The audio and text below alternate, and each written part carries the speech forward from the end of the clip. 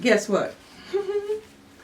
I brought this plant in from outside in September, the second week of September. I haven't watered it since. And it's doing fine.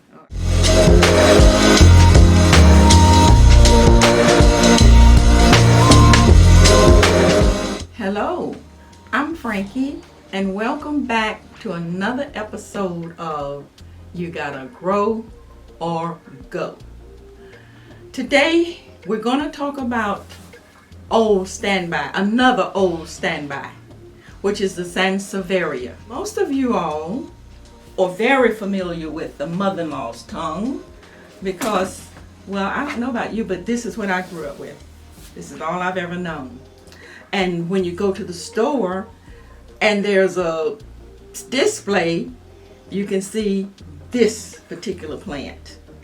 The one that's straight and is jutting up to the ceiling. They say is basically indestructible. But there are other varieties of the mother-in-law's tongue. This little baby here, the bunco, it's also a Sansevieria. But you look at this, look at it, look how sculptural it is.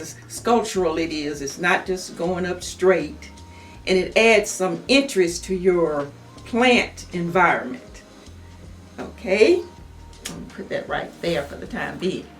The next one, still mother-in-law's tongue, is the Sansevieria cylindrica. It juts up, but it's round. It's round, okay, like a cylinder. The next one is the Lilliput. It fans out like that. You can recognize it because it fans out. Here's the fourth one, Sansevieria moonshine. I just acquired it last year. Because like I said, I didn't know it exists. But I'm just pulling some leaves off because I hadn't checked it in a while. Okay, this is the moonshine. Oops, I see some little babies up in there. So it is growing. I see them. Wow.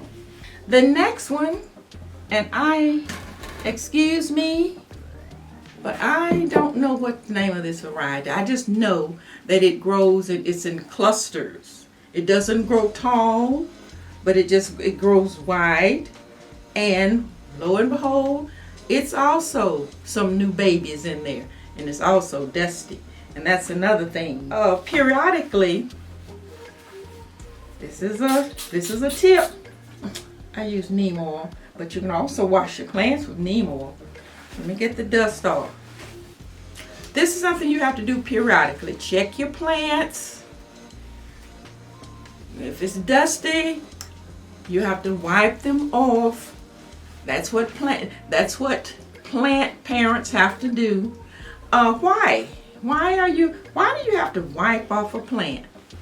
Because especially plants that have a lot of leaf surface and a lot of it's firm.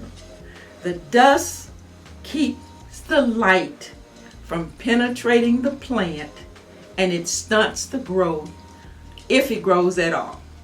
And in addition to that, it also deters insects. Especially a plant that's clustered like this. I'm looking off in here because I haven't done it since I brought it in, because sometimes when your plants are old standbys, you have a tendency to ignore them and give all of the attention to your divas. But your old standbys need care too. Now all of these plants, they have one same thing in common. You treat it as a succulent. And what does that mean? That means that you don't overwater it. Guess what? I brought this plant in from outside in September, the second week of September. I haven't watered it since. And It's doing fine. And this one does not have drainage. And I've had it since 2019. My son and daughter-in-law sent it to me for my birthday. This one is kind of clustered. It's kind of in a cluster. Of course, it has several in here, but Sansevierias like to be crowded also, just like Pothos. They like to be crowded. But I may have to take this out and make it two. I don't know. But this is what you have to remember. You have to treat it like a succulent because it's an easy care plant. And you don't water it. Like I said, I haven't watered this one since September. I think I brought my plants in September the 13th. I think I had them all in the garage then because I give them a bath before I bring them back in the house. So, thank you for joining me in the quest to build a plant collection, to make it interesting by including varieties in your plant collection. Although they are the same family, there are different varieties. And thank you. And remember to hit that subscribe button and let's grow so we won't have to have them to go. Have a great night.